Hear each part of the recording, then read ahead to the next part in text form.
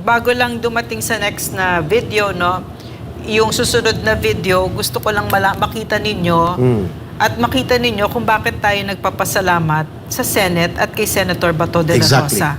Okay? Yes. Thank you, ma'am. Attorney Bosantog, hold your line, sir. Morales, sir. Nothing but denial and demolition job ang ginawa sa inyo ng PIDEA leadership at ng mga kaalyado ng gobyerno ngayon upang pagtakpan at i-demolish ikaw, hindi ang mensahe mo na napakatunog.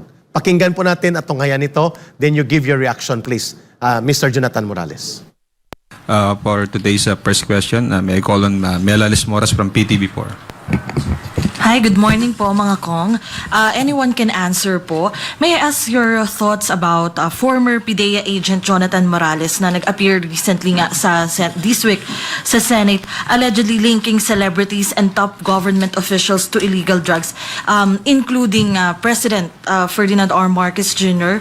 Do you think part po ito ng destabilization against the government, given na even PIDEA Director General Virilio Lasso dinideny na rin naman yung existence ng Marcos report, saying na he cannot be trusted din dahil nga sa kanyang questionable past. Even ang ating Congressman Robert Ace Barbers, kinu-question na rin yung character nito nga si Morales and even his appearance sa Senate.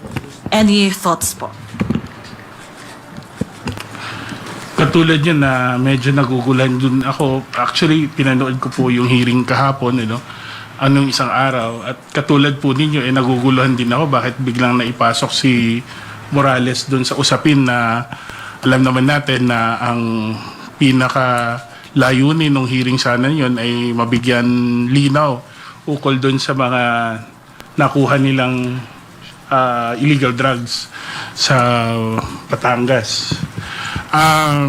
Pinapakita siguro based on the testimony na talagang mas na-prove pa natin na itong si Morales nagsisinungaling. Mas nakita natin na i-prove po ng PIDEA, lalo-lalo na nang ine-explain po nila na ang lahat po ng operational reports ay computerized at serialized. Yung parteng yun ay medyo mas nabigyan linaw. At at nakita natin na may hirapan pong i-refute yung ng testimony ng someone who has, well, as presented during the hearing, somebody was a shady past. And I think it becomes even clear now na itong mga pangyayaring ito ay kaparte na isang mas malaki pang effort to discredit and destabilize the current administration. Sir, ngayon lang namin nalaman na ang PIDEA pala ay nag-hire na ng mga congressman para maging spokesperson nila. At itong si Congressman Asidre, hindi lang pala ito attack dog ni Martin Romualdez, kundi siya ay mahilig din sa 50 Shades of Grey. Shady past. Kasi shady past daw eh. Teka muna, Erica, sumuntok ka na. Ako naman ang susuntok. Go ahead, ma'am. Ganyan kawalang kwenta ang Kongreso na yan. Tignan nyo naman yung mga sinasabi, ang babata nyo, ang kukorap na ninyo. Exactly, mga the word. attack dogs ni Martin Romualdez, nakakahiya ang Kongreso na yan. But the people are now accepting your personality no matter how many 50 Shades of Grey they're going to throw at you. Ginoong Jonathan Morales, sir, nasa inyo po ang pagkakataon para sagutin itong mga kalukuhan ng atake na ginawa sa inyo. Yeah. At alam natin kung anong purpose nito. Not to address your message, but to demolish your persona. And this is why we're very grateful for us. This is the shining hour of Senate and Senator Bato de la Rosa. Exactly. Ito yung, pwede ba tigilan nyo muna yung kakabatikos ng ganyan? Kasi kami mismo dito, naranasan namin yung panggigipit ng Kongreso, pambababoy ng Kongreso. Nakita namin, naramdaman namin ang kalibre ng Kongreso ngayon. Putik ang Kongreso ngayon. Yes. So napakaswerte natin na nandyan pa si Senator Bato de la Rosa at nandyan pa ang Senado. Claro. Okay, si Attorney Bosantog wants to say something. Reserve mo na, sir. Hold your line at Gusto lang namin magana, sir. Kasi natawa kami dun sa video Sa 50 na yun. Shades of Grey. Shady past ka pala, sir. Basic naman po sa ating criminal prosecution ng previous conduct ng isang individual with their misconduct has no bearing in the case. No, it's not even a part na acceptable siya as a form of evidence because it does not go to the elements of the offense. Yeah. Kung halimbawa may mga ginawa man si Sir Jojo in the past, would it discredit the fact na mayroong picture nagpapakita ng taong to ay gumagawa ng isang krimen? Yes. It's not an element of the offense. Kasi kung ganyan yung argument natin, parang ganito yan eh. Pag ikaw ay isang commercial sex worker, as if you do not have the right Yeah. To to complain demand kung ikaw man ay naging biktima ng sexual abuse. Correct. If Very that good is the point. standard. So, that is, yung sinasabi po nila, that is not a standard at all. It's not even a standard of truth.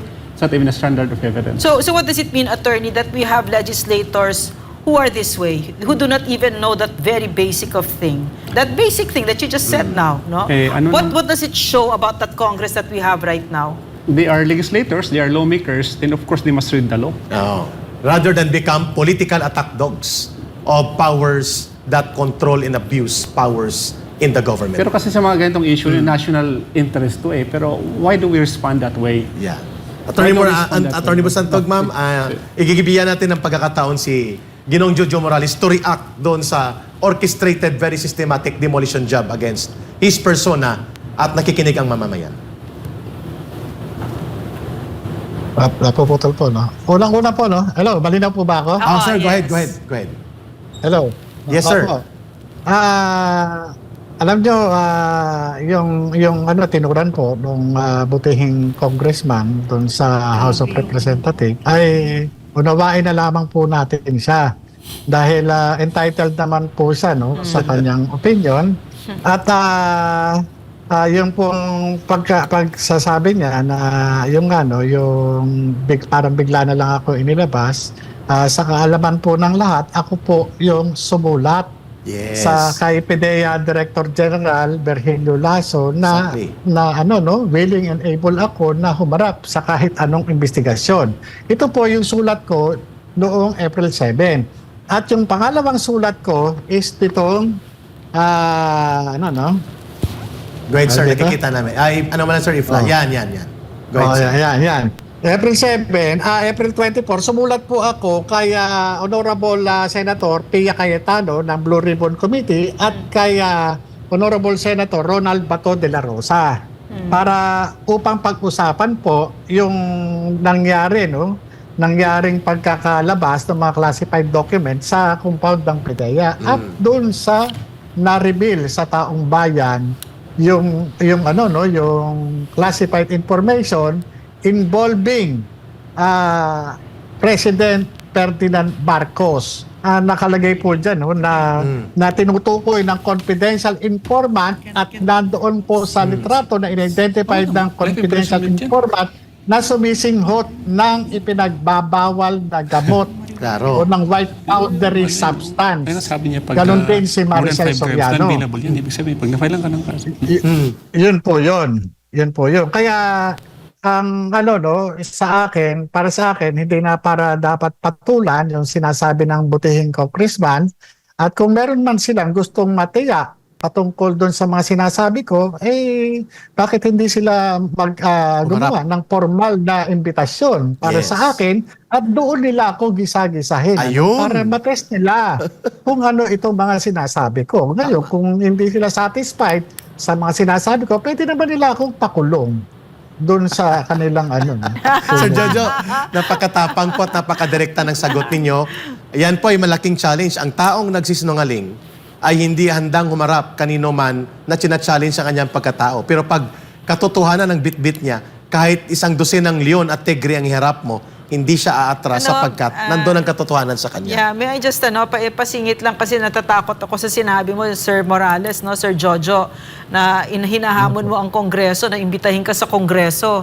Hindi po sila nandyan para hanapin ang katotohanan. Nandyan sila para sundan kung ano man yung utos ni Martin Romualdez. At ni Bongbong Marcos. At ni Bongbong, of course, ni Bongbong Marcos. At ni So, Lisa. wag po kayong aabot doon kasi bababuyin kayo ng mga yan, no? Pero ang taong bayan naman, Ma'am alam Lorraine, niyo po, ang tagabantay dyan. Yes. Alam niyo po, ako ay naging alagad ng batas.